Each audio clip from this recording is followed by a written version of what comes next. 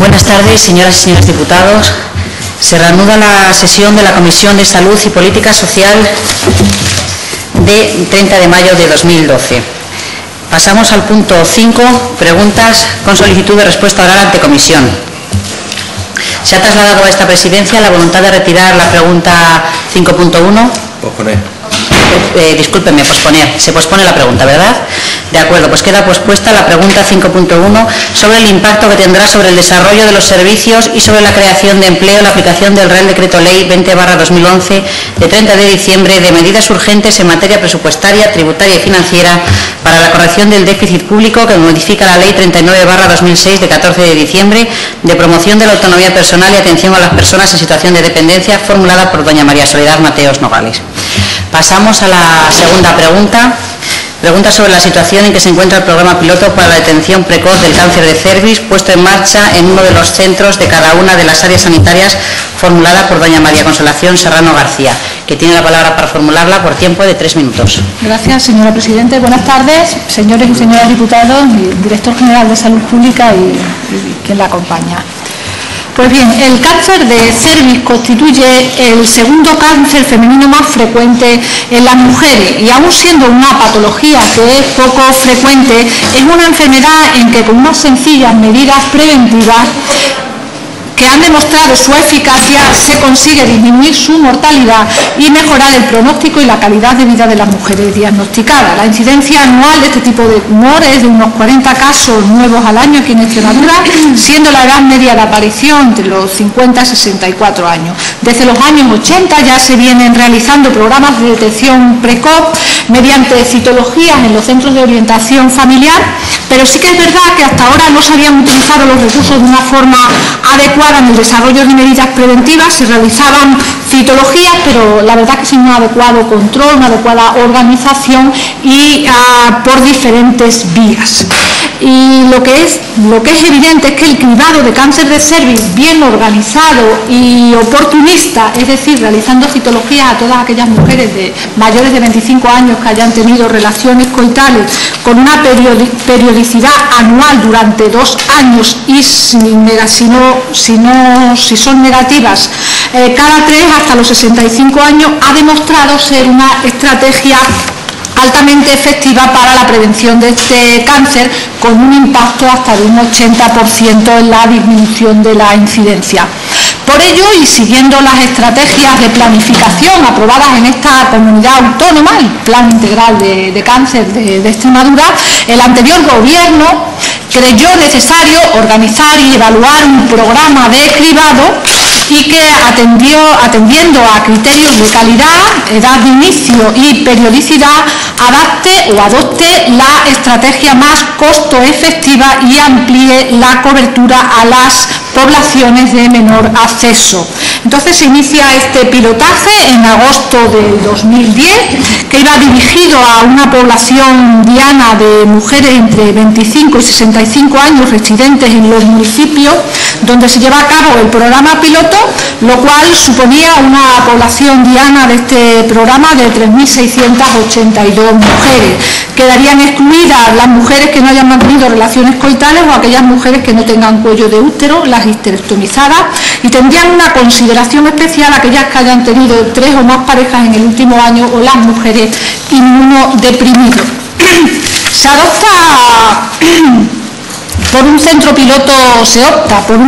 piloto de cada área sanitaria con una población no inferior a 100 habitantes y no superior a 1.000, y además se requiere que estos centros donde se inició el proyecto piloto estén distantes de los servicios de ginecología o de los centros de orientación familiar. Estos centros donde se inicia este programa piloto, si no me equivoco, eran Alconchel, Hornacho, Feria, Zalamea de la Serena, Salorino, Nuñomoral, Villar del Pedroso y Ceclavín.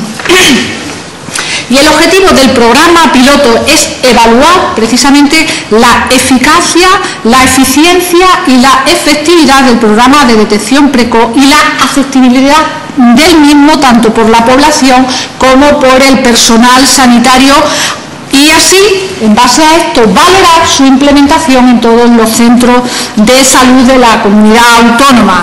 Y esto es lo que el Grupo Parlamentario PSOE Regionalista pregunta en esta comisión, por la evaluación de ese programa piloto que se puso en marcha, como he dicho anteriormente, en agosto del 2010, y que dentro del cronograma que recoge el mismo programa debería de estar sometido a evaluación en mayo del 2011, bueno, prácticamente hace ya un año.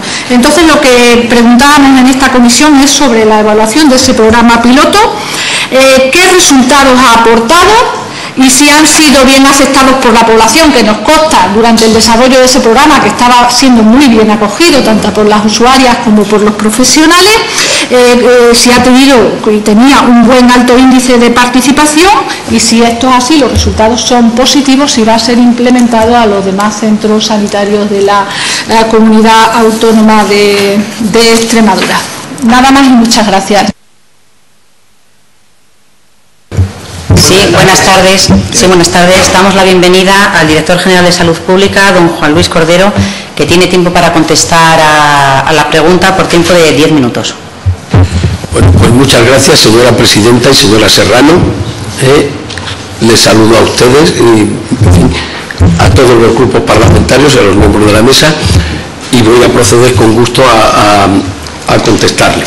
Estoy de acuerdo en casi todo lo que ha dicho, pero no en todo. Les voy a dar mi versión. El cribado es la aplicación de una técnica sobre poblaciones aparentemente sanas para identificar a las personas que pueden padecer la enfermedad que pretendemos detectar cuando aún se encuentra en fase asintomática. Si el test que se aplica es positivo, se practican otras pruebas complementarias para confirmar o descartar el diagnóstico y, si procede, aplicar un tratamiento. Los programas de cribado deben cumplir una serie de criterios. De entre ellos solo les voy a decir uno. La enfermedad objeto de cribado debe ser un problema importante de salud pública, por lo que supone en morbilidad, mortalidad, discapacidad y coste social. Los cribados pueden ser de dos tipos: oportunista o poblacional. El oportunista se realiza en el ámbito de los servicios de salud a petición del interesado o aprovechando una consulta por otro motivo. No hay invitación previa, se aprovecha, por eso se llama oportunista.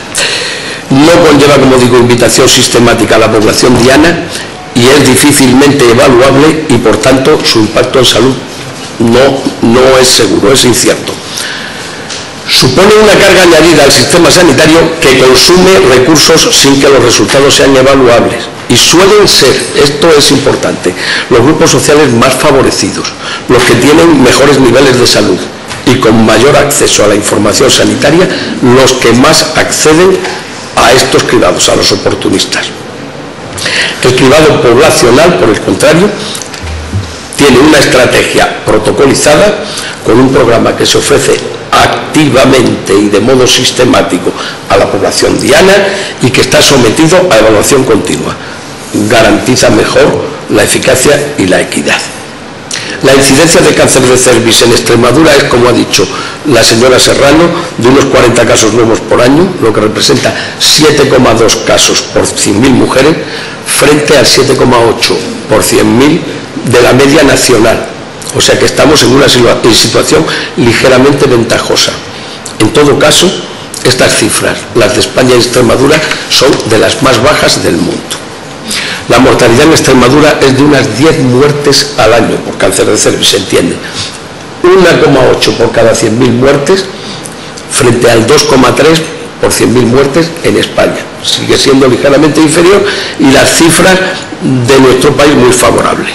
Desde 1983, efectivamente, se hace en Extremadura detección precoz del cáncer de cervix mediante un programa oportunista que aprovecha, como digo, el contacto de la mujer con el sistema sanitario. En 2007 se revisó la cartera de servicios en atención primaria. Se incluyó en ella el cribado oportunista de cáncer de cervix. Sin embargo, han sido escasísimas las citologías realizadas desde entonces en atención primaria. Casi todas se hacen en los COF, Centros de Orientación de Planificación Familiar, o en los servicios de ginecología. Se han hecho, insisto, muy pocas. La situación en todo caso es heterogénea, como era de esperar en un cribado oportunista, tanto en cuanto a la accesibilidad como a la periodicidad con que se realizaba la prueba. Quedan desfavorecidas, en este caso desfavorecidas, las mujeres de mayor edad, las del medio rural, las de menor nivel socioeconómico y las de menor nivel cultural. En España, solo La Rioja realiza cribado poblacional de cérvix.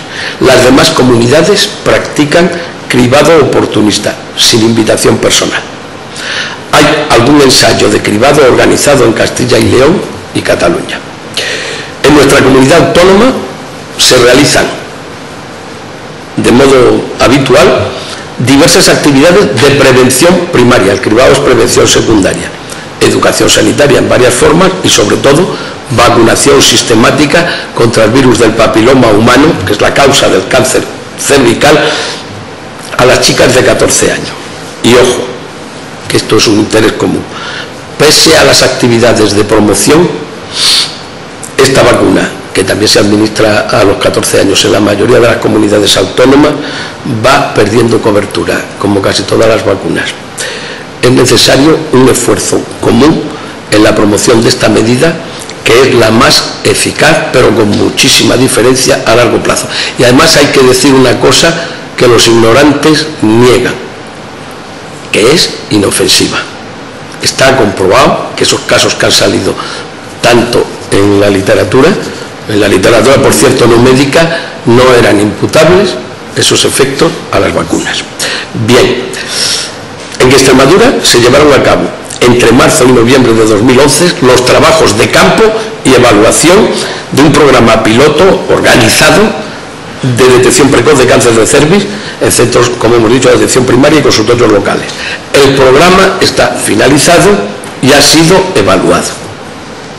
Se pretendía valorar, como dice la señora Serrano, la eficiencia, la eficacia y la efectividad de un programa oportunista organizado, perdón que estoy un poco ronco, y su aceptabilidad tanto por la población diana como por el personal sanitario, así como la conveniencia o inconveniencia de su implantación en otros centros de nuestra comunidad autónoma.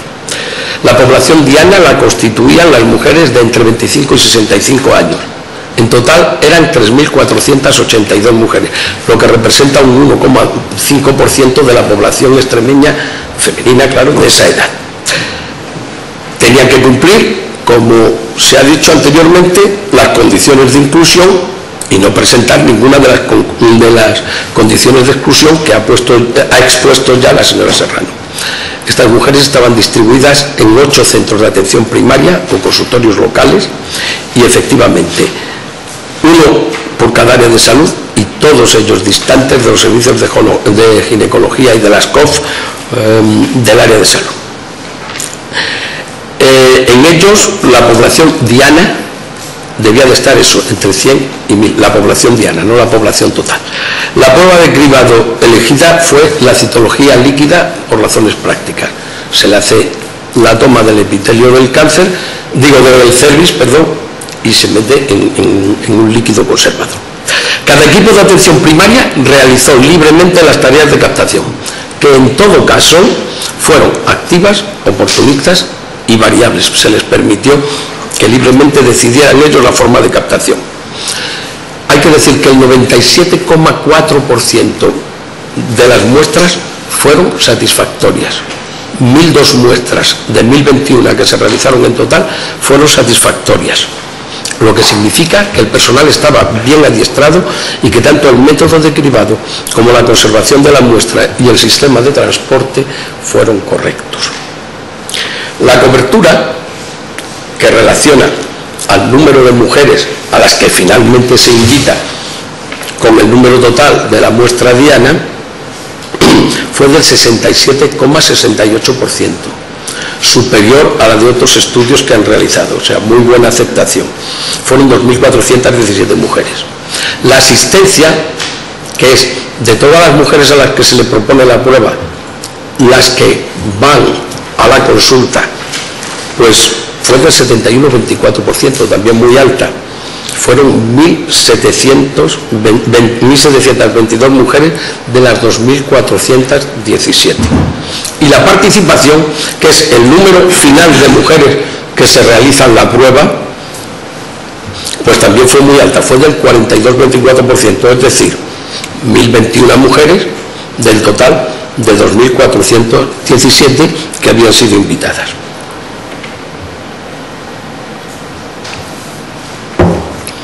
El 78 y pico % de las determinaciones se hicieron a mujeres de entre 35 y 65 años. Y solo 222 exploraciones, las restantes, el 21%, se hicieron a mujeres de 25 a 35 años. Se han realizado, ha habido que realizar PCR, que es la determinación que nos dice con seguridad si existe o no virus de papiloma humano. Se hicieron 13 y resultaron únicamente 7 positividades para VPH oncogénico. Oncogénico significa capaz de producir cáncer. Y de las citologías en sí mismas, solo 5 resultaron con lesiones positivas o sospechosas. Hubo una única lesión de alto grado de malignidad, es decir, un cáncer in situ, una lesión intraepitelial de alto grado de malignidad que tenía un virus de papiloma humano positivo, concretamente del tipo 16, que es el más frecuente. Hubo también una lesión de grado medio de malignidad, que eso representa poco peligro, otra que no se etiqueta bien en la taxonomía, pero que se considera en general como de bajo grado, y 2 lesiones que eran puramente inflamatorias, sin especificidad ninguna. Y solo un 0,69% de los casos requirió petición de pruebas adicionales y derivación a centros de referencia. Los resultados negativos se han facilitado a la mujer por el médico o por la enfermera mediante cita o llamada telefónica. Las positividades se han comunicado rápidamente en consulta médica y se ha gestionado la continuación del estudio. La única mujer con lesión de alto grado de malignidad llegó al servicio de ginecología correspondiente en menos de una semana a partir del conocimiento de los resultados. Y estos estuvieron disponibles para los profesionales en un plazo inferior a un mes en el 100% de los casos. Finalmente, les diré que de modo paralelo, desde la unidad de programas, se comunicaron todos los resultados anómalos al médico responsable como medida de seguridad adicional. Y ya después, dicho esto, estoy abierto a las valoraciones. Muchas gracias, señor director general. A continuación tiene la palabra para réplica la señora diputada doña Consolación Serrano por tiempo de 5 minutos. Gracias, señora presidente. Pues bien, yo, como lo había asegurado en mi intervención, estamos de acuerdo que es una patología que es poco frecuente, pero que con unas sencillas medidas de prevención ha demostrado su eficacia. Se ha mejorado mucho la técnica de detección precoz a través de la incorporación de la citología en medio líquido, que se utiliza por primera vez en España en el 2007 e incrementa la fiabilidad diagnóstica en relación con la citología convencional o de Papá Nicolau. Desde la introducción de la técnica de Papá Nicolau, el PAPTER, los métodos citológicos han ido adquiriendo una gran aceptación en la práctica diagnóstica debido a su precisión, su bajo coste. La citología cervicouterina presentaba un número de limitaciones, pues presentaba una tasa de un 15% de falsos positivos y unas tasas hasta del 40% de falsos negativos que hacía un poco más inviable su utilización. Pero la citología en medio líquido es capaz de conseguir de corregir esos falsos negativos e incrementa de forma significativa la detección de lesiones cervicales preneoplásicas. Por lo tanto, es un método que es sencillo de realizar, que es barato y que es efectivo. Entonces, por lo tanto, yo creo que debemos de seguir trabajando en la implementación de esta detección precoz en todos los centros de salud. No sé cuál será la decisión, si ustedes consideran que los resultados han sido adecuados para implementar el programa en todos los centros de salud de la comunidad autónoma. Es cierto que tenemos que seguir insistiendo en un ejercicio de sensibilización a las mujeres. Lo primero que, como hemos dicho, es un cribado oportunista que requiere de la voluntad de las mujeres para someterse a la prueba, requiere un esfuerzo adicional por parte de la atención primaria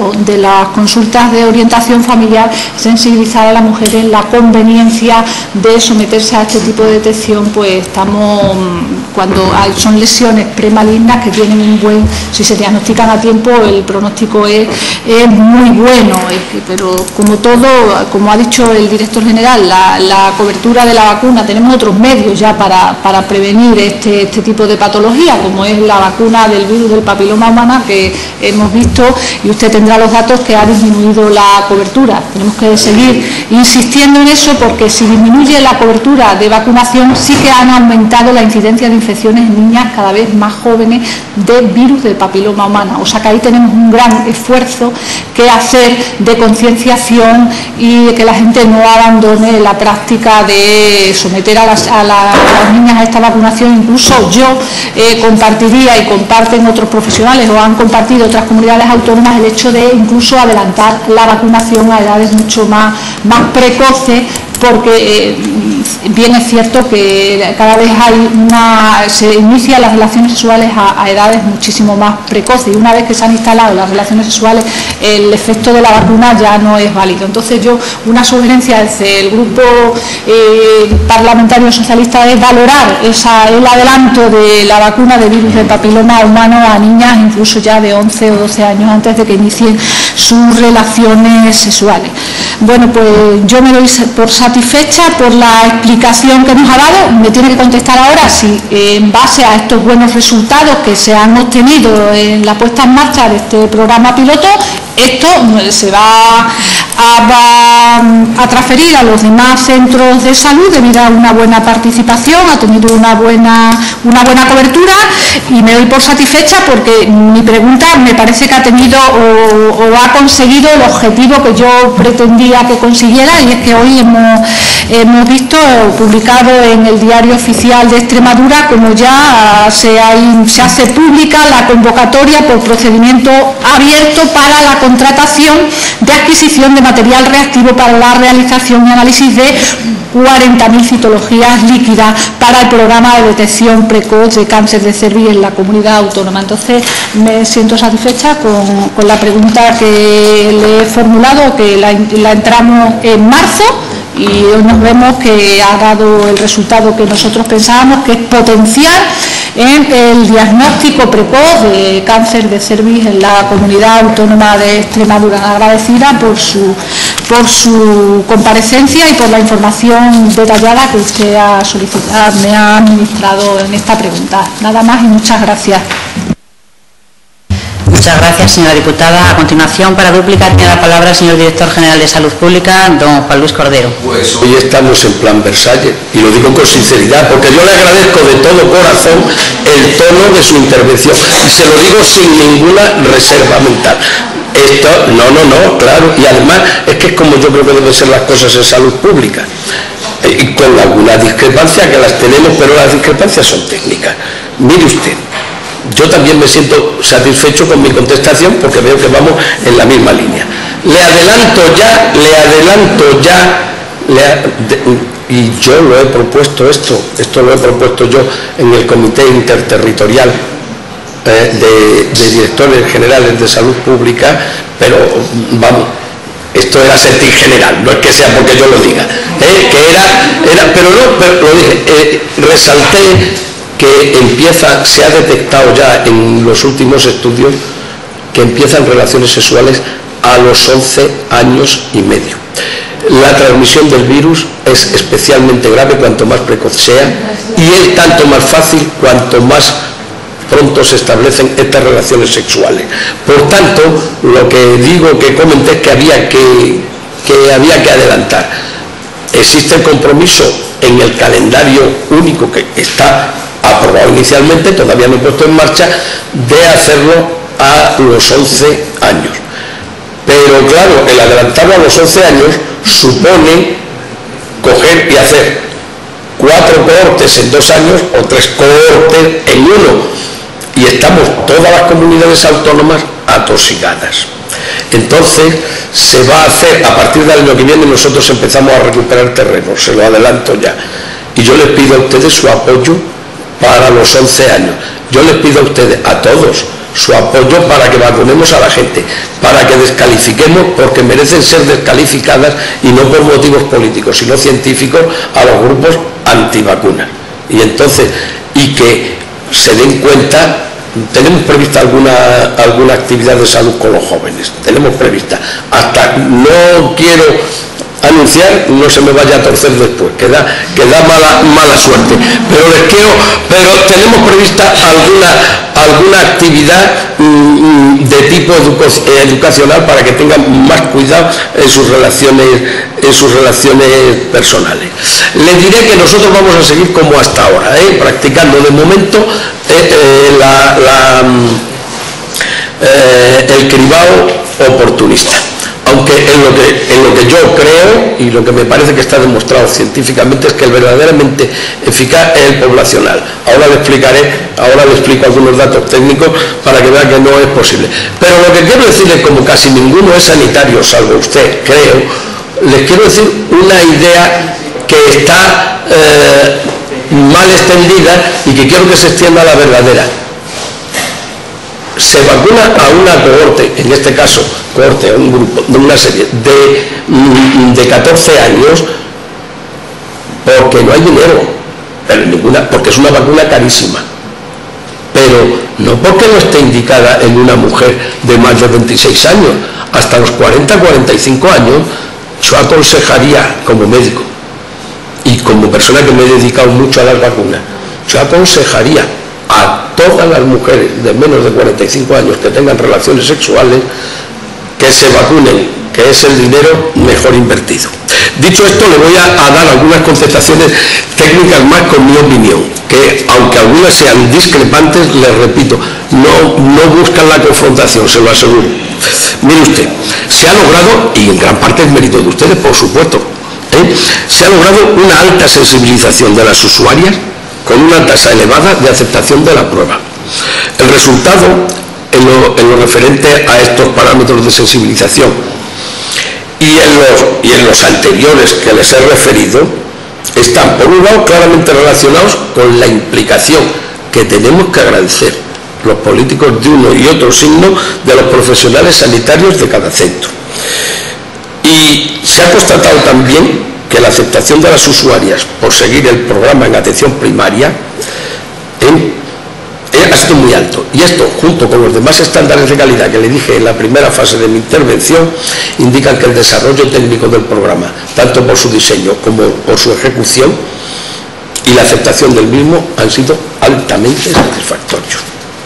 Sin embargo, en nuestra opinión, perdónenme, señora Serrano, a la vista de los resultados, con solo 7 casos positivos a virus oncogénico, una sola lesión, que vamos a seguir haciéndolo, pero una sola lesión de cáncer in situ y únicamente 2 lesiones, una sola lesión de grado medio y otra de bajo grado, lo que opinan los especialistas, no yo especialmente, es que el cáncer de cervix no constituye, el cáncer de cervix en su conjunto con otras enfermedades, no constituye en Extremadura un problema de salud pública de primer orden, ya que no es ni frecuente, ni prevalente, ni presenta una mortalidad elevada. Además, como creo que usted estará de acuerdo conmigo en esto, en nuestra comunidad autónoma se desarrollan actividades de prevención primaria, medidas educacionales que estamos intentando reforzarlas y de vacunación, y cuento con su implicación, se lo digo de corazón, cuento con su implicación y con la de todos, y para reforzar la vacunación, que esas sí que están reconocidas por todos como las más eficaces a corto y largo plazo, y son mucho más baratas a largo plazo que la misma citología. Para concluir, ya les he dicho que vamos a seguir como hasta ahora, les diré porque esto sí es importante. El coste económico fue de 8.103 euros para 1.021 pruebas, que suponen aproximadamente 0,5% de la población. Si multiplicamos esto por 200, veríamos que supondría un gasto mayor de 1.600.000 euros al año. En todo caso, el poblacional, muy superior en todo caso a 1.000.000 de euros. El poblacional, que es el que a mí más me gusta, con estos precios y con la situación económica que atravesamos, hoy por hoy no nos lo podemos permitir. Y nada más. Insisto en que muchas gracias por el tono de cordialidad que ha habido en esta comparecencia. Y quedo, por supuesto, siempre a su disposición. La otra vez les dije a todos que tienen abierto mi despacho y que tienen abierto mi teléfono. Yo lo mantengo. La sanidad pública en ningún caso debe ser objeto de luchas partidistas, sino objeto del trabajo en común por el interés común. Muchas gracias. Muchas gracias, señor Director General de Salud Pública. Una vez sustanciada su comparecencia, si lo desea, puede acompañarnos durante el resto de la comisión o puede abandonar la sala. Pues abandono la sala deseándoles a todos muy buena tarde. Muchas gracias. La tercera pregunta del orden del día, entiende esta presidencia que don Víctor Casco la retira, la da por retirada, será por contestado durante la comparecencia del Director General de Política Social y Familia. Por tanto, queda retirada la pregunta 5.3. Pasamos al sexto punto del orden del día, con solicitudes de comparecencias ante comisión a petición de los miembros de la Cámara.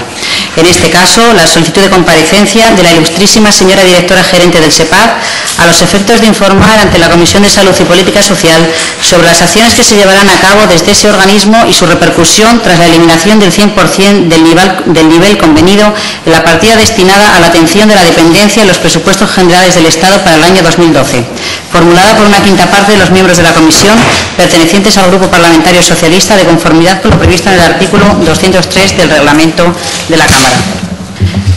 En primer lugar, le corresponde intervenir a la portavoz del Grupo Parlamentario Socialista. En este caso, para justificar la petición de comparecencia, tiene la palabra doña Soledad Mateos. Pues muchísimas gracias, señora presidenta. Tal y como ha leído en la solicitud de comparecencia, el pasado 9 de abril registramos en esta Cámara, en sede parlamentaria, dos peticiones de comparecencia. Una que ya se ha sustanciado por parte del consejero actual de la Consejería de Salud y Política Social, don Luis Alfonso Hernández Carrón, y otra particularmente a la directora gerente del SEPAD sobre este particular. El último año, el último ejercicio, desde que comenzamos la legislatura, hemos conocido diferentes recortes, ajustes, las permanentes vaivenes a los que está sometido la aplicación para la ley de dependencia en este país. Ya el Real Decreto de medidas de ajuste paralizaba la aplicación de la misma, y la presentación de los presupuestos generales del Estado en este país daban un paso más para hacer inviable la ley. Más allá de las manifestaciones públicas de los diferentes responsables políticos en cada una de las comunidades autónomas que garantizan y justifican que ese recorte no se va a producir, los hechos ponen de manifiesto que es más bien todo lo contrario. En pleno, en sede parlamentaria, el consejero de Salud y Política Social habló de que no se aplicarían recortes directos a la aplicación de la ley de para la dependencia. Entendemos que en esta comunidad autónoma no hay una hoja de ruta clara y eficiente sobre la aplicación de la misma, sobre todo conociendo también las declaraciones del secretario de Estado del Ministerio de Sanidad y Política Social, en que asegura que la ley de para la dependencia no es viable, más allá de las declaraciones del titular del departamento de esta comunidad autónoma, y es una luz más a que efectivamente no solo que no hay una hoja de ruta sobre la aplicación de la ley, sino que poco a poco y de forma velada la ley va a dejar de aplicarse, porque el recorte presupuestario cae de facto sobre ella. La eliminación de los 283 millones de euros del nivel acordado en los presupuestos generales del Estado impide que nuestra comunidad autónoma sea beneficiaria de casi 18 millones de euros sobre este particular. El consejero no dijo cuál iba a ser la hoja de ruta sobre la compensación de esos fondos que no vamos a recibir y que vía enmienda no ha conseguido recuperar este grupo parlamentario en el Congreso de los Diputados, y queríamos saber qué va a pasar en el futuro todos estos dependientes de esta comunidad autónoma que no serán beneficiarios de esas partidas que irían aplicadas a dependientes ya reconocidos y a convenios específicos de infraestructura en esta comunidad autónoma. Entonces, no satisfizo el consejero las explicaciones que pedíamos en sede parlamentaria, y más allá de anunciar un acuerdo por la sostenibilidad de los servicios sociales en España, queremos conocer qué va a pasar en esta comunidad autónoma en el futuro, y quisiéramos que fuera la titular del departamento, doña Cristina Herrera Santa Cecilia, la directora gerente del SEPA, que dé luz a esos datos que todavía no conocemos para esta comunidad autónoma. Nada más y muchas gracias. Gracias, señora diputada. A continuación, para fijar la posición ante esta solicitud de comparecencia del Grupo Parlamentario Izquierda Unida Verde Exies, tiene la palabra don Víctor Casco. Muchas gracias, señora presidenta, para anunciar que votaremos a favor. Gracias. A continuación, por el Grupo Parlamentario Popular Extremadura Unida, tiene la palabra para fijar la posición de su grupo doña Francisca Rosa Romero. Sí, muchas gracias, señora presidenta. Entendemos que es importante la comparecencia de la directora gerente del SEPAR porque efectivamente no ha habido nunca una hoja de ruta con la ley de dependencia. No la hubo desde que la ley se dictó y de hecho todos los sectores coincidían en que ha decepcionado una norma que se dictó pero que no se dotó. Por lo tanto, ya se ha pronunciado el consejero, máximo responsable de esta consejería, pero entendemos que la directora gerente del SEPAR, que además está trabajando de manera concienzuda desde el minuto 1 de su gestión, nos explicará cómo se está trabajando. Hoy se asume una responsabilidad por parte del Gobierno regional de un trabajo pendiente de hacer. Somos conscientes que efectivamente estamos aquí porque otros no lo hicieron y como nuestra responsabilidad estamos convencidos de que además la directora gerente del SEPAR estará encantada de comparecer, como ya ha manifestado en esta sede parlamentaria. Muchas gracias. Muchas gracias, señora diputada. Pasamos a votar la solicitud de comparecencia. ¿Votos a favor? Unanimidad, entonces. Entonces queda aprobada la solicitud de comparecencia por unanimidad de los miembros de la comisión. Pasamos al punto 7º del orden del día, propuestas de impulso de comisión. En este caso, propuesta de impulso ante el Pleno, instando al Gobierno de Extremadura a abordar, junto con las organizaciones representativas de las personas con discapacidad y los grupos políticos presentes en el Parlamento de Extremadura, una nueva regulación del marco de atención a la discapacidad en Extremadura, MADEX, para la actualización de las prestaciones y de los servicios, formulada por la agrupación de diputados de Izquierda Unida Verde Socialistas Independientes por Extremadura, propuesta de impulso derivada a esta comisión en aplicación de lo dispuesto en el artículo 213 del reglamento. Muchas gracias. Sí, bueno, tiene usted la palabra, don Víctor. Muchas gracias, señora presidenta. Bien, cosas del reglamento, es una iniciativa que hemos presentado para pleno, pero dado que a los dos plenos, si no se ha podido defender, la derivan a comisión, pues viene oportunamente a esta comisión.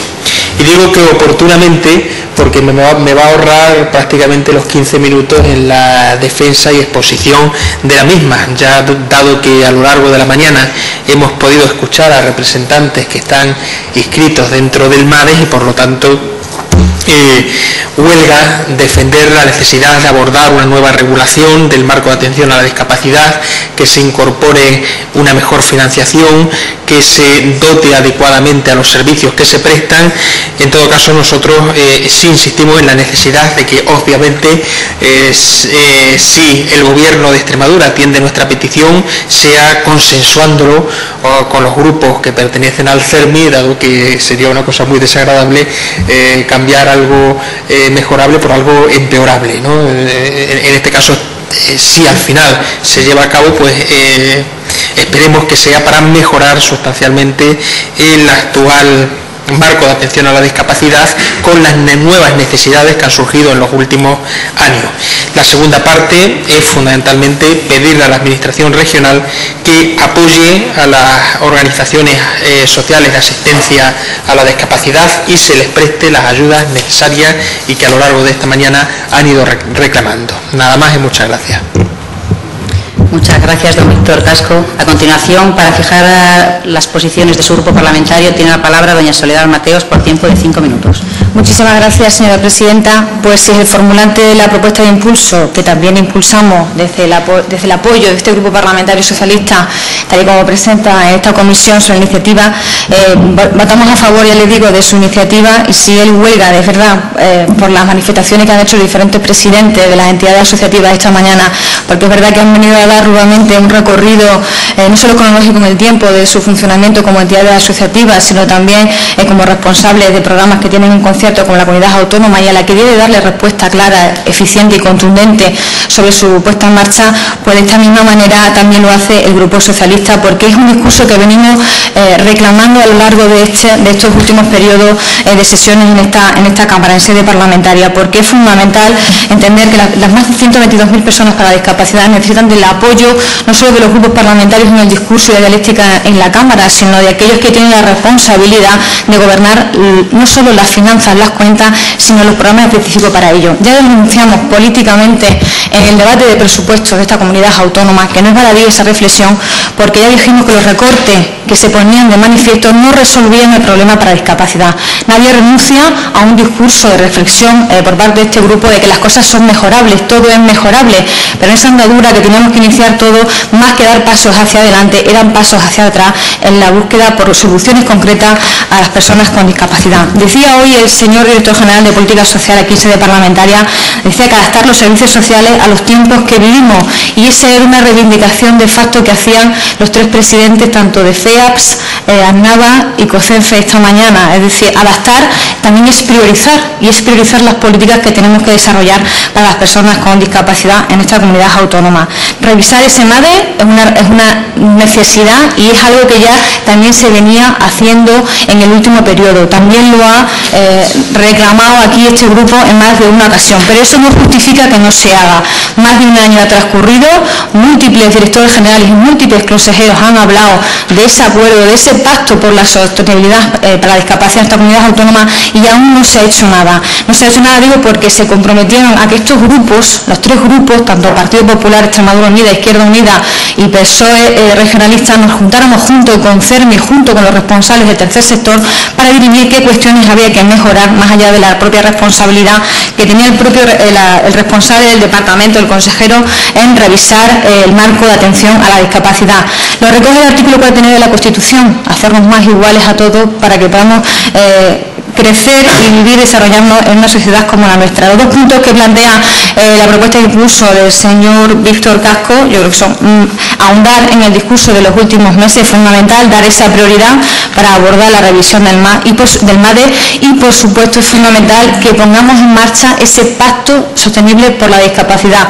De los 10 puntos que presentaban ese pacto, el 3 y el 6 recogen esta propuesta que nos presenta esta tarde el señor Víctor Casco. Así que desde esa reflexión suscribimos sus palabras, suscribimos fundamentalmente las palabras de los representantes del tercer sector, que son los que más demandan este tipo de reivindicaciones, este tipo de iniciativas que impulsamos en sede parlamentaria, y nuestro apoyo, por supuesto, a la propuesta de impulso de Izquierda Unida Verde Sigue. Nada más y muchas gracias. Muchas gracias, señora diputada. A continuación, para fijar la posición del Grupo Parlamentario Popular Extremadura Unida, tiene la palabra doña Francisca Rosa Romero por tiempo de 5 minutos. Muchas gracias, señora presidenta. Lamentamos, señor Casco, que no se haya podido sustanciar esta propuesta antes. Es lo que marca el reglamento, un reglamento que nos obliga a todos, como todas las leyes. Pero bueno, nunca es tarde si la dicha es buena, y yo creo que es un buen día para, como cualquier otro, para hablar de discapacidad y para avanzar en su protección. Efectivamente, el gobierno del Partido Popular, el nuevo gobierno de Extremadura y el Partido Popular, estamos comprometidos con el tema de la discapacidad, somos conscientes de la situación que nos encontramos, y así se han manifestado los responsables de la Consejería de Salud y Política Social. Han tenido oportunidad de escucharlo tanto en comisión como en sede parlamentaria. Y por lo tanto, vaya por delante el compromiso del Grupo Parlamentario del Gobierno de Extremadura, abanderado por la Consejería de Salud y Política Social, con las personas dependientes. Consideramos efectivamente que las políticas sociales son una prioridad, y estamos convencidos de que debemos realizar y vamos a hacer el máximo de los esfuerzos para poner en marcha un modelo sostenible de atención a las personas con discapacidad, y en esa labor y en ese esfuerzo debemos, insisto, estar todos sin exclusiones. Esta mañana hemos tenido oportunidad de escuchar a los representantes de las instituciones que atienden más directamente a la discapacidad, y se hablaba de responsabilidad compartida. Yo también apelo a ese espíritu. Y es verdad, señorías, que se ha hablado en sede parlamentaria y con mucha insistencia últimamente por parte de los grupos de la oposición, especialmente por parte del Grupo Socialista, de la necesidad de llegar a un pacto por la sostenibilidad de la discapacidad. Es verdad, con tanta vehemencia como desidia en años anteriores se acudió a aquella mesa, porque tengo que recordarles, señorías, que cuando nosotros hablamos de prioridad, trabajamos en esa prioridad, y así no ha ocurrido siempre. Hay que partir del Real Decreto 151 del 2006, conocido como Decreto MADES. Ya saben ustedes, señorías, que el CERMI en Extremadura propuso al SEPAE en su momento la modificación del referido MADES con el objetivo de proceder a su actualización, y se creó, saben ustedes también, a ese efecto, una comisión mixta que la integraban entonces miembros técnicos del SEPAE y técnicos representantes del CERMI en Extremadura. Puedo decirles que en mayo del 2009 se iniciaron esas reuniones, el inicio de la reunión entre la Comisión Mixta de CERMI y SEPAR, concretamente el día 12, y el día 12 de junio tuvo lugar una segunda y última reunión del CERMI en Extremadura con el SEPAR. Le presenta un documento en su momento con una propuesta de modificación del decreto MADE sobre las cuales parece ser que estuvo trabajando, pero lo cierto, y los hechos hablan por sí solos, es que desde junio del 2009 no se volvió a reunir aquella comisión.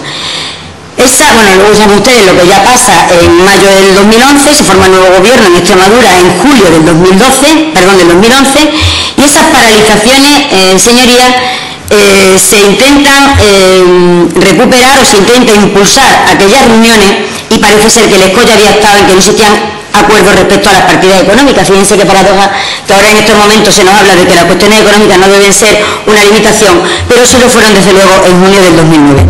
El resultado de aquellas paralizaciones pues supuso que durante los 2 últimos años no se ha dado ninguna solución al MADE, y estamos de acuerdo con Izquierda Unida Verdes y de que se ha alargado excesivamente en el tiempo los trabajos de aquella comisión, que de haberse pronunciado o producido en el momento que correspondía, hoy sin duda la discapacidad estaría en otro momento, porque entonces la situación económica tampoco era tan gravosa como lo es hoy, y en eso estarán de acuerdo conmigo. Insistimos desde el Grupo Popular Extremadura Unida que el movimiento se demuestra andando, por eso lo que ha hecho el nuevo gobierno es reactivar esa comisión mixta. El 28 de febrero del 2012 tuvo lugar una reunión en la que se estableció la reestructuración de los miembros de la misma. Está formada por grupos técnicos. Por parte del SEPAR está la jefa de unidad de discapacidad y salud mental, técnico del equipo MADE, directores de los CADES, técnicos de acceso a recursos, técnicos de gestión económica. Es decir, nos hemos tenido que encontrar en un nuevo escenario político, un nuevo gobierno, una renovación de los cargos de SEPAR para solucionar el problema del bloqueo de una comisión mixta que efectivamente llevaba mucho tiempo parada. El 23 de marzo del 2012 ya se estableció un calendario de trabajo. Nosotros entendemos que si efectivamente todas estas soluciones y todo este marco de atención a la discapacidad en Extremadura se debe hacer fruto del consenso, habrá que escuchar también a todos los sectores implicados, y no corresponde, entendemos que no puede el gobierno de Extremadura por sí solo marcar esa hoja de ruta, porque sería una falta de respeto con aquellos sectores con los que se están sentando a tratar estas cuestiones. Como les decía, el 23 de marzo del 2012 se presenta un cronograma de trabajo por parte del SEPAR. Están las reuniones fechadas, están programadas, ya hay un periodo de finalización para realizar al menos una modificación parcial del decreto MADE con el objetivo de formalizar los posibles avances propuestos inicialmente por el CERMI Extremadura, que se puedan además consensuar y continuar con la modificación de dicho decreto sobre los asuntos que entendemos menos prioritarios. Y les puedo avanzar también que el 14 de junio del 2012, dentro de ese calendario que está trabajando la comisión mixta, pues habrá una nueva reunión entre los técnicos del CERMI y el SEPAR. Se viene trabajando, lo hemos dicho muchas veces, es que no vale con preocuparse por la discapacidad, es que hay que ocuparse de la discapacidad. Y a pesar de las vicisitudes que ha habido en la consejería, de todos conocida, que a algunos les hace mucha gracia, nosotros decimos con sumo orgullo que la nueva directora del SEPAR está trabajando con ahínco por este problema. Y reconocemos esa necesidad de dar respuesta cuanto antes al marco de la atención a la discapacidad. Es curioso cómo los tiempos corren de distinta manera cuando uno está en la oposición y cuando uno está en el gobierno, es cierto, y también nos sorprende cómo lo que no hizo los gobiernos anteriores durante 2 años que tuvieron paralizada esta comisión en tan solo 2 meses, ha sido capaz el nuevo gobierno de la Junta de Extremadura de ponerla en marcha. Y no me voy a centrar, porque sé que no es el tema sobre la deuda que hemos encontrado ni sobre la herencia recibida, porque precisamente porque dejaron esa herencia, hoy nosotros estamos en el gobierno y se confía más en nosotros. No hubiera sido necesario, créame, presentar esta propuesta de impulso. Yo puedo entender la desconfianza del Grupo Izquierda Unida del CIE, porque durante 2 años estuvo parado estas reuniones para la modificación del MADE. Puedo entender su desconfianza. Lo que sí me sorprende es la de aquellos que, pudiendo haberlo hecho en su momento, no lo hicieron. Hay un refrán que dice que piensa el ladrón que todos son de su condición, y no quiero decir con esto que nadie lo sea, pero es inevitable que le vengan a una, como un acto reflejo a la memoria, determinadas cuestiones cuando se habla con tanta frivolidad de un tema tan sensible. Creo que los argumentos han sido muy endebles para un tema tan importante. Por lo tanto, el Grupo Popular... Señora diputada, por favor, Su tiempo ha finalizado, tiene medio minuto para terminar. Bueno, muy brevemente, para manifestar que efectivamente el Grupo Popular Extremadura Unida votará a favor, no porque entendamos que haya que meterles prisa al Gobierno de Extremadura, sino porque entendemos que es necesario seguir trabajando en esa dirección, y confío también que, dado el interés de los distintos grupos, sepan trasladarles también a la Consejería sus iniciativas, sus preocupaciones, para que se puedan incluir esas propuestas en ese nuevo marco de atención a la discapacidad en Extremadura. Nada más, muchas gracias. Gracias, señora diputada. En turno de réplica tiene la palabra el portavoz del Grupo Parlamentario Izquierda Unida Verde Exíes por 5 minutos, tiempo que podrá agrupar al turno correspondiente como grupo parlamentario. Al grupo. Pues tiene la palabra por 10 minutos. Muchas gracias, no lo voy a agotar. Ya sabe usted, señora Rosa, que, como decía Einstein, el tiempo es relativo. En todo caso, para este grupo político, ustedes siempre van lentos. Los actuales y los anteriores. En todo caso, bien. Me alegro de que se hayan iniciado los trabajos. Esperemos que culminen a la mayor brevedad posible, que nos encontremos con un nuevo marco de atención a la discapacidad, consensuado obviamente con las organizaciones que están agrupadas en el CERMI, y que eso nos permita superar los problemas que han surgido en la discapacidad en Extremadura. Es cierto que en los presupuestos generales del Estado hubo un recorte severo que pudimos corregir a medias con las enmiendas parciales que se aprobaron, y aún así, y yo creo que eso lo dijimos todos los grupos políticos y se lo dijimos al CERMI, éramos conscientes de que habría que hacer un esfuerzo posterior a través de modificaciones de crédito, pero que claramente era insuficiente el dinero que se había puesto encima de la mesa. Por eso creo que es esencial que haya un acuerdo, un pacto en el que todos aporten un grano de arena para ofrecer a los colectivos de la discapacidad una buena ley, una buena administración, y sobre todo que se puedan financiar de manera óptima los servicios que prestan. En ese sentido, agradezco el voto del grupo mayoritario del Partido Popular a esta iniciativa, y también agradezco el voto del Partido Socialista, del Grupo Parlamentario Socialista, a esta misma iniciativa, y me congratulo que salga por unanimidad, y espero que el Gobierno nos pueda presentar ese texto consensuado con las organizaciones a la mayor brevedad posible, y sobre todo se puedan superar los problemas económicos que estas organizaciones vienen acumulando desde hace ya demasiado tiempo, y esto probablemente no sea relativo. Muchas gracias, señor diputado. A continuación, por el Grupo Parlamentario Socialista Regionalista, tiene la palabra doña Soledad Mateos. Pues, señora presidenta, yo con las intervenciones de diferentes grupos parlamentarios y la posición que manifestó este grupo, da por satisfecha su intervención. Muchas gracias. Para finalizar, tiene la palabra la portavoz del Grupo Parlamentario Popular, doña Francisca Rosa Romero. Sí, bueno, muy brevemente, dada la hora y en vista de que hay un acuerdo unánime de todos los grupos, solo desearle al Grupo Izquierda Unida Verde Exíes que tengan la oportunidad de gobernar en alguna ocasión y podamos ver con cuánta celeridad disfrutan de sus tiempos. Votaremos a favor. Muchas gracias. Muchas gracias, señora diputada. Por lo tanto, entiende esta presidencia que queda aprobada la propuesta de impulso por unanimidad. De acuerdo, pues queda aprobada por unanimidad la propuesta de impulso. Y pasamos al punto 8º del orden del día, propuestas de pronunciamiento de la Cámara ante comisión. En este caso, propuesta de pronunciamiento de la Cámara instando al Gobierno de la Nación a mantener la actual Ley 2/2010 de 3 de marzo de salud sexual y reproductiva y de la interrupción voluntaria del embarazo, garantizando su aplicación en todas las comunidades autónomas, formulada por el Grupo Parlamentario Socialista. Tiene la palabra para su formulación la portavoz del Grupo Parlamentario Socialista, doña Isabel Gil, por tiempo de 10 minutos. Gracias, señora presidenta. Buenas tardes a todos y a todas. Las políticas llevadas a cabo en los últimos años en materia de igualdad y derechos de las mujeres han situado a nuestro país, a España, en la vanguardia europea y constituyen el mejor exponente de la modernización de nuestro país en materia de avances y política social. La Ley Orgánica 9/85 de 5 de julio de despenalización del aborto, que como todas sus señorías saben establecía 3 supuestos: violación, riesgo para la vida del feto y la madre y riesgo para la salud mental de la madre. No garantizaba la libertad de las mujeres ni su seguridad sanitaria y jurídica al decidir interrumpir su embarazo, como tampoco aseguraba jurídicamente a los profesionales que lo practicaban.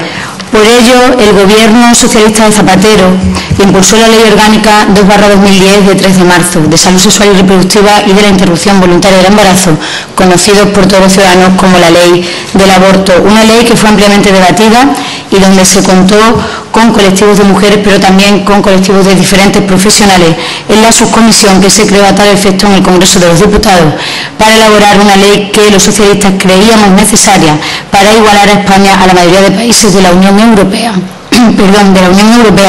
que cuentan con una ley de plazo actual.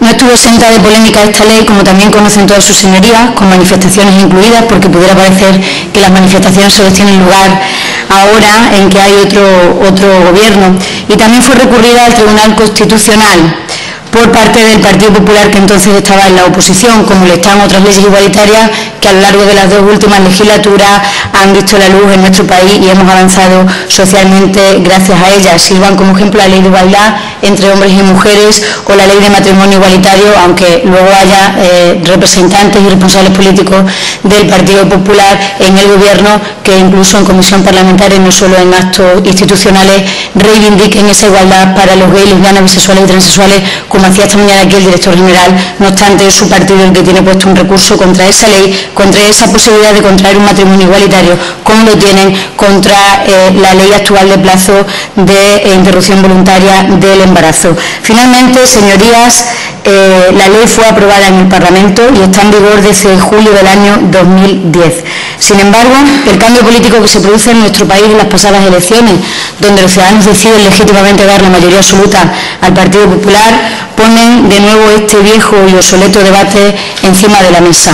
En enero de este año, el ministro de Justicia, el señor Gallardón, anuncia en la comparecencia de líneas generales de la que va a ser su política al frente del departamento que lleva, que es el Ministerio de Justicia, en el Congreso, la intención del nuevo Gobierno, el de Mariano Rajoy, de reformar esta ley de interrupción voluntaria del embarazo. Un anuncio que los socialistas creemos precipitado, y así se lo dijimos en esa comisión y hoy lo decimos aquí en la Asamblea de Extremadura. Pues lo único que han confirmado desde el Gobierno, tanto la ministra de Sanidad, la señora Ana Mato, como el ministro de Justicia, el señor Gallardón, es que se fijarán una serie de supuestos y no de plazo. Entendemos, por lo tanto, los socialistas que volvemos de esta manera al año 85 en cuanto a la interrupción voluntaria del embarazo en nuestro país. La consideramos precipitado ese anuncio, pero no insuficiente para poder decir claramente hoy que no y fijar la posición del Grupo Socialista al respecto. Por ello, señorías, esta propuesta de pronunciamiento de la Cámara, que normalmente, como ustedes saben, se tramitan y se debaten en pleno, pero también podemos debatir y fijar posiciones de propuesta de pronunciamiento en comisión, y por eso, señorías, hoy traemos esta propuesta instando al Gobierno de España a que mantenga la actual ley de plazos de salud sexual y reproductiva y la interrupción voluntaria de embarazo, garantizando su aplicación en todas las comunidades autónomas, así como el derecho a las mujeres a decidir libremente sobre su maternidad en nuestro país. Gracias. Muchas gracias, señora diputada. A continuación, para fijar la posición del Grupo Parlamentario Izquierda Unida Verde Sies, tiene la palabra don Víctor Casco por tiempo de 5 minutos. Muchas gracias, señora presidenta. Bien, este es uno de los temas en los que probablemente más hipocresía siempre ha habido en nuestra sociedad.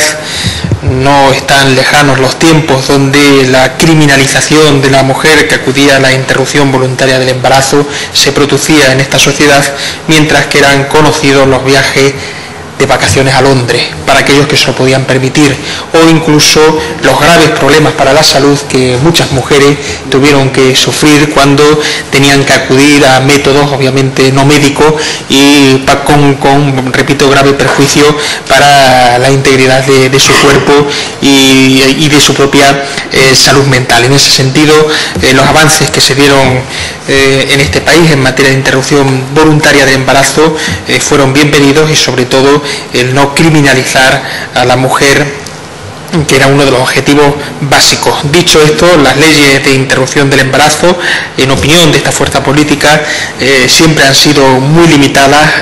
También la última del gobierno del señor Zapatero, nosotros considerábamos que se tendría que haber ido más allá, entre otras cosas para asegurar la prestación de la interrupción voluntaria del embarazo en los hospitales públicos. Yo quiero recordar que en Extremadura prácticamente nunca se ha realizado ninguna interrupción en los hospitales públicos de la comunidad autónoma, entre otras cosas por el acogimiento de muchísimos facultativos, en torno a 100, la práctica totalidad, que pueden intervenir a una mala ley de la conciencia que no debería existir en ese caso, lo que ha hecho que se tuvieran que derivar a las 7 clínicas privadas que había en esta comunidad. Por lo menos ahí sí se prestaba algún servicio. En todo caso, y pese a que esta fuerza política considera limitada, mejorable esa ley, es cierto que ahora mismo hay encima de la mesa un retroceso considerable, un volver a otros tiempos aún peores, y en ese sentido es preferible quedarnos con esta ley insuficiente que con una vuelta a una mala ley como se pretende por parte del gobierno de Rajoy, o como se ha anunciado por parte del gobierno de Rajoy. En ese sentido, nosotros votaremos a favor de esta iniciativa. También en turno de fijación de posiciones interviene a continuación la portavoz del Grupo Parlamentario Popular Extremadura Unida, doña Francisca Rosa Romero, por tiempo de 5 minutos. Sí, muchas gracias, señora presidenta. Si precipitada les parece una modificación anunciada de la ley 2010, entenderán que más precipitada todavía es una propuesta que no sabe en qué términos va a ir encaminada esa modificación de la ley. El Grupo Popular Extremadura Unida entiende, desde luego, que las leyes no deben servir para restringir derechos, sino para garantizar derechos. Dicho esto, el Grupo Parlamentario Socialista propone de antemano la privación o la limitación de un derecho al pretender que el Legislativo Nacional, sin saber todavía en qué términos se va a pronunciar, ejerza no solo su derecho a dictar leyes, sino además su obligación de hacerlo, que para eso está. Los socialistas en el 2010 decidieron reformar la Ley Orgánica 985, que se aprobó en su día por consenso, una ley que despenalizó el aborto, incluido entre supuestos en caso de riesgo firme para la salud física o psíquica de la mujer embarazada, el supuesto terapéutico, o un segundo supuesto violación, supuesto criminológico, y el supuesto eugenésico en caso de malformaciones o tara física o psíquica en el feto.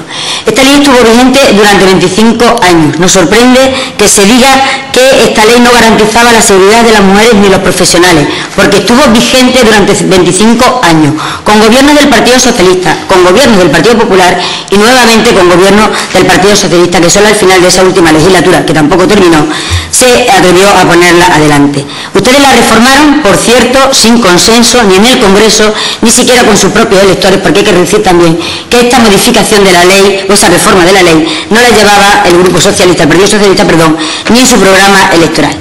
Durante 25 años hubo consenso, señorías, y fue el que marcó además el Tribunal Constitucional. Y me veo también en la necesidad de recordarle, nosotros no somos sanitarios, pero algunos otros conocimientos de otras materias tenemos, que la doctrina del Tribunal Constitucional también es fuente de derecho y también obliga a su cumplimiento.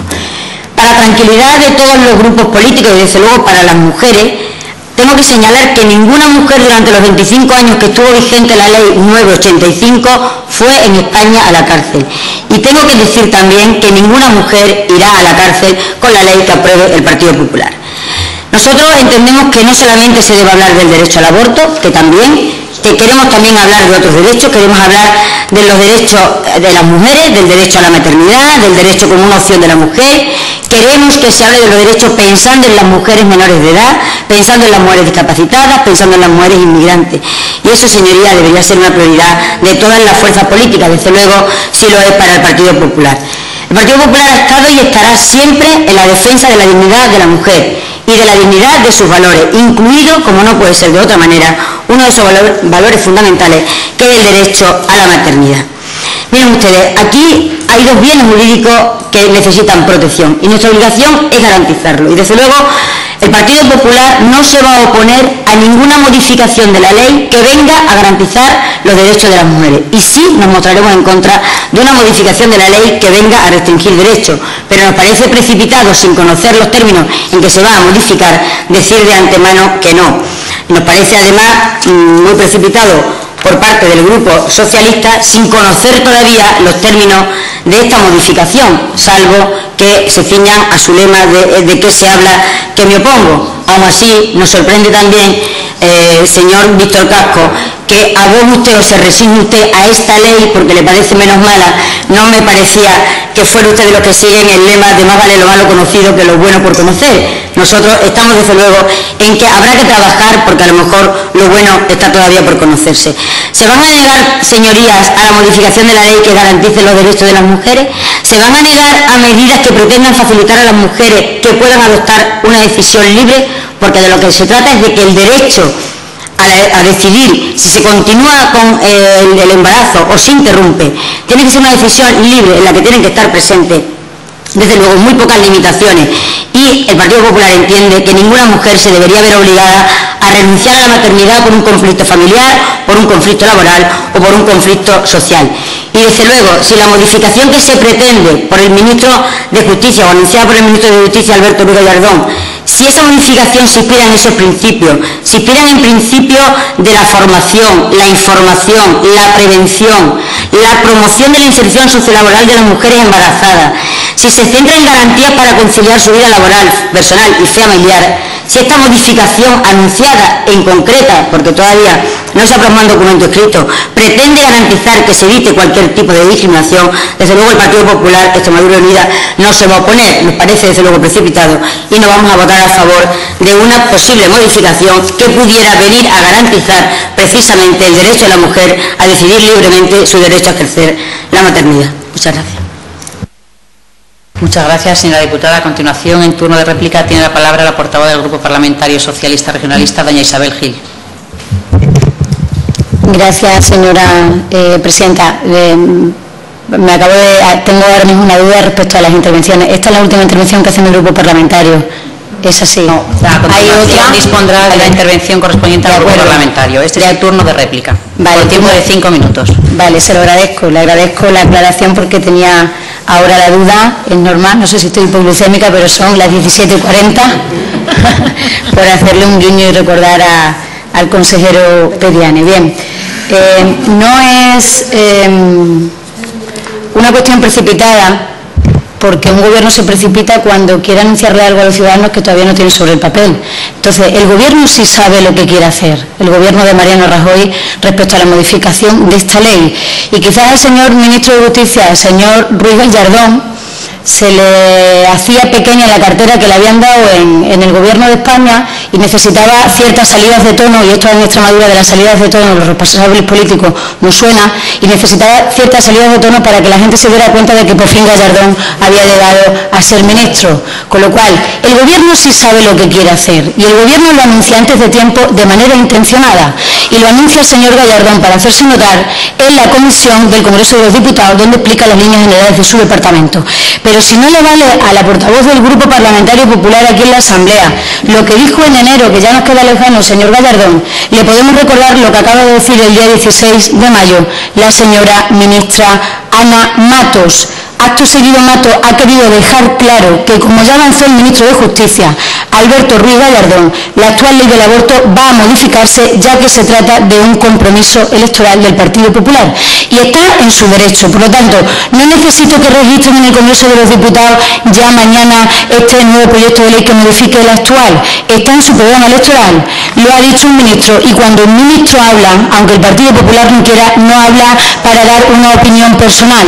Habla para decir una decisión que va a afectar a la vida de los ciudadanos, en este caso a la vida de las ciudadanas, a la vida de las mujeres y a la vida de las familias que tienen derecho a decidir y a planificar libremente su maternidad. Por lo tanto, precipitado o no, y es un buen momento para debatirlo y para dejar constancia de lo que piensa la Asamblea de Extremadura al respecto de la modificación de esta ley cuando tenga lugar en el Congreso de los Diputados. Miren, la ley actual y el único informe que tenemos de los datos de interrupción voluntaria del embarazo, señorías, nos muestran que el número de abortos en menores de 25 años ha descendido y el número de abortos se ha estabilizado en nuestro país desde que está en vigor esta ley de plazos, que no es una ley aislada que tengamos los españoles porque seamos más listos y más guapos que nadie. Es una ley que tienen ya hace años otros países de la Unión Europea que precisamente no están gobernados por la socialdemocracia, no están gobernados por progresistas o socialistas y sí por la derecha. Pero una vez más en esta cuestión, ese complejo, esa mochila que no acaba de quitarse el Partido Popular para relacionar los derechos de los ciudadanos que se deciden en sede parlamentaria y la garantía de acceder a los derechos en condiciones de igualdad de todos los ciudadanos, de cuestiones morales y religiosas que solamente dependen de la individualidad y solamente dependen de la privacidad de cada individuo y no de los poderes públicos. Por lo tanto, sí depende de los poderes públicos el volver a una ley que era una auténtica hipocresía y a un auténtico limbo jurídico para las mujeres de este país y para los profesionales que aplican y que practican de manera profesional y desarrollando su facultad la interrupción voluntaria del embarazo. Por lo tanto, nosotros no creemos que sea precipitado y es un buen momento para dejar clara la posición de este Parlamento. Los socialistas creemos que la intención del Gobierno, que es manifiesta y clara en su programa electoral y en declaraciones de los ministros del Gobierno de Rajoy, lo único que está haciendo es aplicar esa agenda de retrocesos sociales que los socialistas llamamos en la campaña electoral el programa oculto del Partido Popular: la paralización de la ley de la dependencia, justicia para quien se la pueda pagar, recortes educativos, eliminación de educación para la ciudadanía y recortes sanitarios. Respecto a este último, señorías, que tiene que ver mucho con la cuestión que hoy debatimos aquí en esta propuesta de pronunciamiento, nos preocupa mucho porque también la señora responsable, Ana Mato, del Ministerio de Sanidad, ha dicho que no descarta sacar de la cartera de servicios básicos comunes del Sistema Nacional de Salud la interrupción voluntaria del embarazo. Con lo cual, señorías, nos parece una absoluta barbaridad al Grupo Socialista que limitaría este derecho contemplado en esta ley que se aprobó en el Congreso de los Diputados a esta prestación a aquellas mujeres que más recursos económicos tengan. Por lo tanto, con esta propuesta de hoy, lo que queremos es velar por el cumplimiento de la ley y queremos velar y pedirle al Gobierno que ni saque esta prestación de la cartera de servicios básicos del Sistema Nacional de Salud, pero que mantenga una ley que ha venido a poner, a comparar, a igualar a España en una ley de plazos y a dejar esa hipocresía del año 85 en el que el 97% de los embarazos que tenían lugar, de la interrupción voluntaria del embarazo, de los abortos que tenían lugar en nuestro país, se hacían con arreglo al supuesto tercero de la ley del 85. Y yo no creo, señoría, que de los 100.000 abortos al año que tenían lugar en este país antes de esta ley de plazos, ese 97% de esos 100.000 abortos, todas las mujeres tengan problemas o tuvieran en aquellos entonces problemas de salud mental. Era un engaño independientemente de quién gobernara, porque esta mañana lo digo yo y insisto, si no es una cuestión de ser más papistas que el Papa, aunque en aquellos momentos gobernara el Partido Socialista estaba mal, y estaba mal mantener una ley que era un engaño y mantener una ley que era un limbo para la legalidad jurídica y sanitaria y para que las mujeres tuvieran y pudieran decidir libremente su paternidad y sobre todo interrumpir su embarazo libremente en unas condiciones jurídicas, pero sobre todo en unas condiciones sanitarias como tiene que ser y como debe ser y como sobre todo deben garantizar los poderes públicos. Gracias, señora presidenta. Gracias, señora diputada. En el turno de los grupos parlamentarios tiene la palabra por el Grupo Parlamentario Izquierda Unida Verde 7, don Víctor Casco Ruiz, por tiempo de 5 minutos. Muchas gracias. Es cierto el refrán de lo bueno por conocer es mejor, lo bueno por conocer que... lo malo conocido que lo bueno por conocer.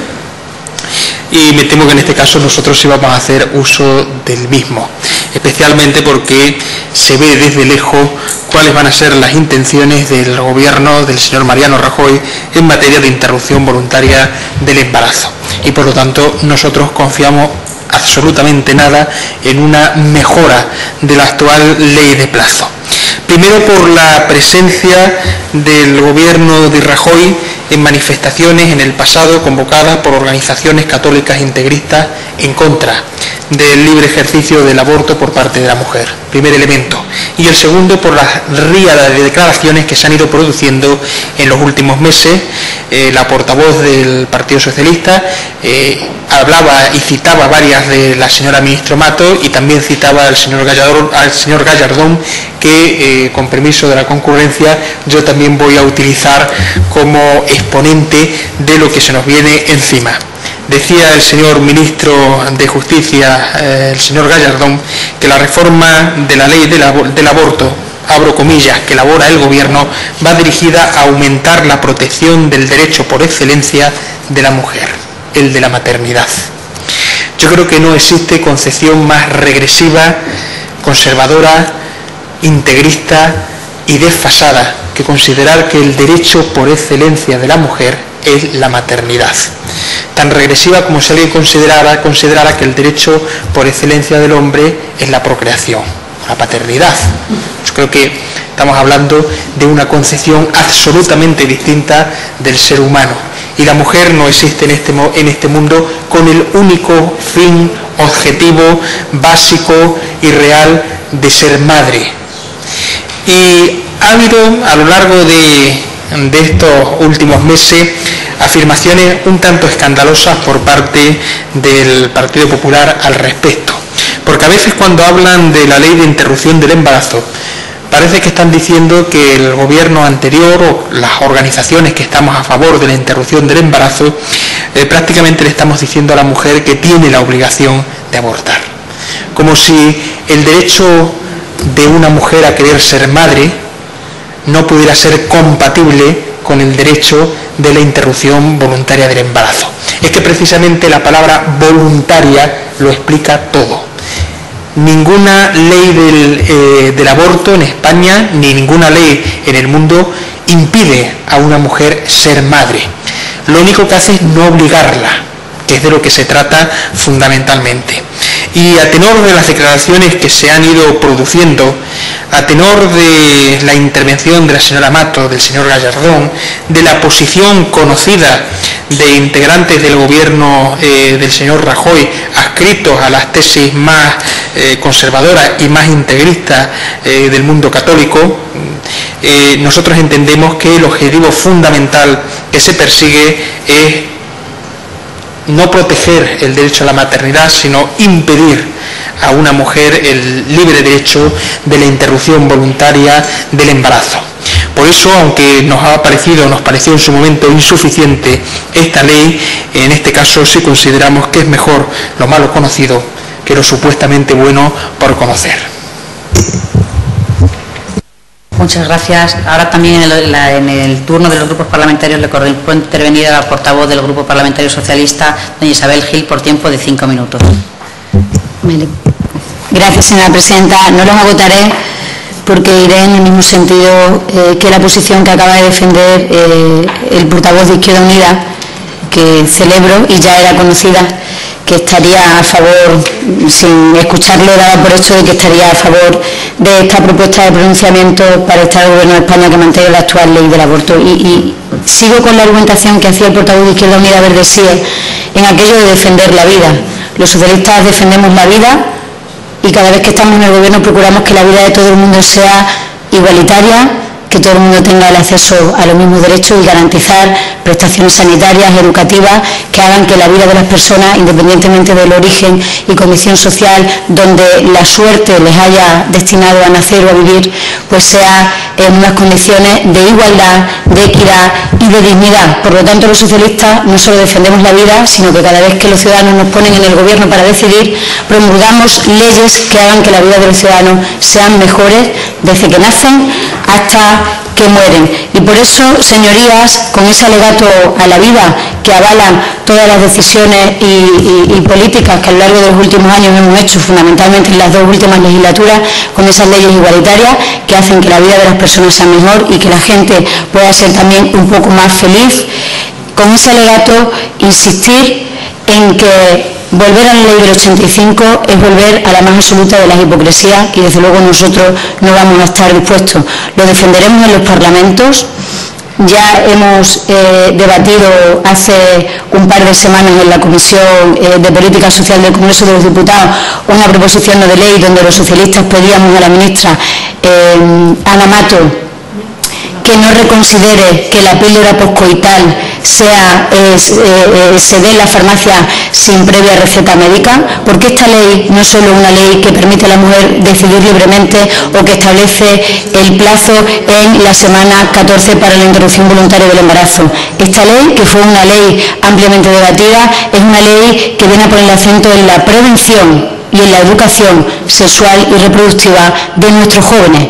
Y tampoco necesito escuchar ahora en la última intervención del Partido Popular su posición al respecto de la educación sexual y reproductiva de los jóvenes, porque sus señorías recordarán cómo esta región tuvo que salir a nivel nacional en medios de comunicación, porque el Partido Popular en Extremadura, entonces en la oposición, se escandalizó de que el Consejo de la Juventud de Extremadura pusiera en marcha campañas de prevención y de educación afectivo-sexual entre los jóvenes extremeños, entre los jóvenes de Extremadura. Por lo tanto, una ley, la del Partido Socialista, ampliamente debatida en una subcomisión que se crea específicamente a este respecto en el Congreso de los Diputados, donde se cuenta no solo con los grupos políticos y con el Gobierno que propone, sino que se cuenta también con una comisión de expertos, médicos, ginecólogos, psicólogos, etcétera, etcétera, que hacen que salga un texto respaldado y entendido por una amplia mayoría de la sociedad española, y hoy lo que pretendemos con esta propuesta es mantener ese consenso y mantener una ley de plazos que necesitábamos, y que desde luego el volver atrás significa volver a la ley del 85 y por lo tanto volver a la hipocresía, volver al limbo jurídico y sanitario y legal para las mujeres de este país y también para los facultativos que practican la interrupción voluntaria del embarazo. Venimos diciendo a lo largo de todo este tiempo que el Partido Popular pondría en marcha ese programa oculto, y al final, como en casi todas las decisiones políticas, cuando pierden el conjunto de los ciudadanos, las mujeres siempre pierden doblemente. Lo están perdiendo con muchos de los recortes, por ejemplo, sanitarios y educativos que están teniendo lugar ahora, porque las pensiones de las mujeres son menores, porque han trabajado menos, las dificultades de las mujeres para conciliar son menos, como por ejemplo con la reforma laboral. En definitiva, todos estos recortes y todos estos pasos atrás en política social que se están dando por las decisiones del Gobierno de España en nuestro país, en la mochila de la mujer pesa doblemente, y esta intención de reformar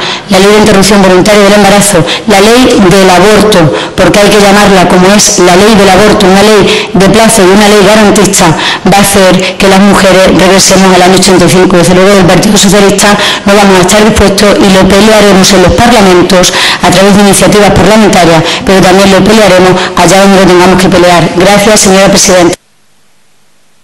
Muchas gracias, señora diputada. Para finalizar el debate y también en el turno de intervención de los grupos parlamentarios, tiene la palabra la portavoz del Grupo Parlamentario Popular Extremadura Unida, doña Francisca Rosa Romero, por tiempo de 5 minutos. Muy bien, se ha hablado, a mí me sorprende, se habla de una ley hipócrita que aprobaron los socialistas. Si mala era la del año 85 y era hipócrita, aprobada por los socialistas y fruto del consenso, no entiendo por qué la del 2010 iba a ser mejor, que no fue fruto ni siquiera del consenso, y sí que formaba parte de ese programa oculto, porque como les he dicho, no iba en su programa electoral de las últimas elecciones. Nosotros no nos vamos a centrar en hablar de hipocresía. A nosotros nos parece efectivamente que la ley 2010 es insuficiente, y a nosotros nos parece insuficiente una ley que se limita a proteger la vida del no nacido mediante la tipificación penal del aborto. Nos parece insuficiente, y que no presta atención a la situación de la mujer, que debe estar protegida, como también nos parece insuficiente una legislación que se limite a la despenalización del aborto sin remover los obstáculos que impidan a la mujer su derecho a ser madre o a tomar una decisión libremente. Y precisamente porque creemos que la mujer tiene derecho a elegir libremente, se le tienen que limitar todos los condicionantes que en un momento determinado le llevan a tomar una decisión. Voluntariedad implica esa capacidad para decidir, que ese consentimiento sea libre y sea consentido, y será libre cuantas menos ataduras, menos conflictos sociales, menos conflictos familiares y menos conflictos laborales tengan. Nosotros entendemos que efectivamente es un derecho, hay un derecho a ser madre, como hay un derecho a no serlo, hay un derecho a procrear, como hay un derecho a no procrear. Es que no nos van a dar lecciones a las mujeres del Partido Popular en la lucha de los derechos por la igualdad. A nosotras, no, miren ustedes. Nosotras hemos trabajado en momentos muy difíciles y con muchas dificultades, ya se lo he dicho, porque aparte de ser mujeres, hemos estado marginadas o discriminadas por no ser de la ideología política que ha reinado en esta región durante muchísimo tiempo. El Partido Popular cree en la necesidad, y nosotros lo vamos a apoyar, sí, de apoyar a las mujeres para que puedan optar con auténtica libertad entre llevar a cabo a término su embarazo o someterse a un aborto dentro del respeto a la ley. Y la obligación función de los gobiernos y la responsabilidad de los gobiernos es garantizar ese derecho de la mujer a ser madre y a no serlo, y tendrán que arbitrar los gobiernos y las distintas administraciones las medidas y las partidas presupuestarias necesarias para que incluso en las circunstancias más adversas puedan sacar adelante a sus hijos y verlos crecer. Y es preciso velar por ese derecho, como es preciso velar por el derecho a que decidan lo contrario si libremente así lo entienden. No sé por qué has hablado aquí de religiosidad, yo no he hecho referencia en ningún momento, yo entiendo que la maternidad no tiene nada que ver con la religiosidad. Una no es mejor o peor madre porque crea o no crea en Dios, ni porque crea en un Dios o crea en otro Dios, ni porque no crea en ninguno. Yo estoy hablando de un derecho de la mujer, uno de los muchos derechos que tenemos las mujeres, que no solamente es el de la maternidad. Ustedes, cuando una mujer tiene un problema, la única solución que se le da por parte sobre todo de los gobiernos que nos han precedido es la del aborto. Nosotros queremos darle otra respuesta, tengan una respuesta positiva y que puedan ejercer libremente el derecho a la maternidad. Y desde luego nosotros sí vamos a trabajar para resolver todos esos problemas que tienen una parte importante de la población, especialmente en momentos de especial dificultad, que no es de ahora, que es de antes. Y desde luego la respuesta socialista, como les digo, a esa solución fue efectivamente insensible con un problema tan importante y de argumentos muy endebles. Nosotros entendemos que es obligación de todos, nosotros queremos invitar a que todas las administraciones trabajen conjuntamente para que también los servicios sociales, la educación, la sanidad, la vivienda, el transporte, el empleo, sean una prioridad para las mujeres embarazadas. Mucho tienen que decir también las entidades menores, y yo estoy convencida también, las entidades locales, y yo estoy convencida también de que si esa nueva ley, como así se anuncia por parte del Ejecutivo, y nosotros pensamos que todo el mundo es inocente mientras no demuestre lo contrario, y hasta ahora no se ha demostrado, pues nosotros queremos entender que efectivamente va a avanzar en la defensa de los derechos de las mujeres y en una garantía de bienestar social. Me sorprende que ustedes hoy se hayan cerrado esa posibilidad. Ya veremos qué pasa cuando esa propuesta de ley se presente y cuando podamos conocer los términos de la misma. Desde luego el Partido Popular no quiere volver a la ley del 85, el Partido Popular quiere avanzar en la ley del 2010, porque ni la del 85 ni la del 2010 eran una garantía para la elección libre de las mujeres. Muchas gracias. Muchas gracias, señora diputada. A continuación vamos a pasar a la votación de la propuesta de pronunciamiento. ¿Votos a favor? 7. ¿Votos en contra? 6. ¿Abstenciones? El resultado de la votación es 7 votos a favor y 6 en contra. Por lo tanto, queda aprobada la propuesta de pronunciamiento. Una vez sustanciado el orden del día, se levanta la sesión.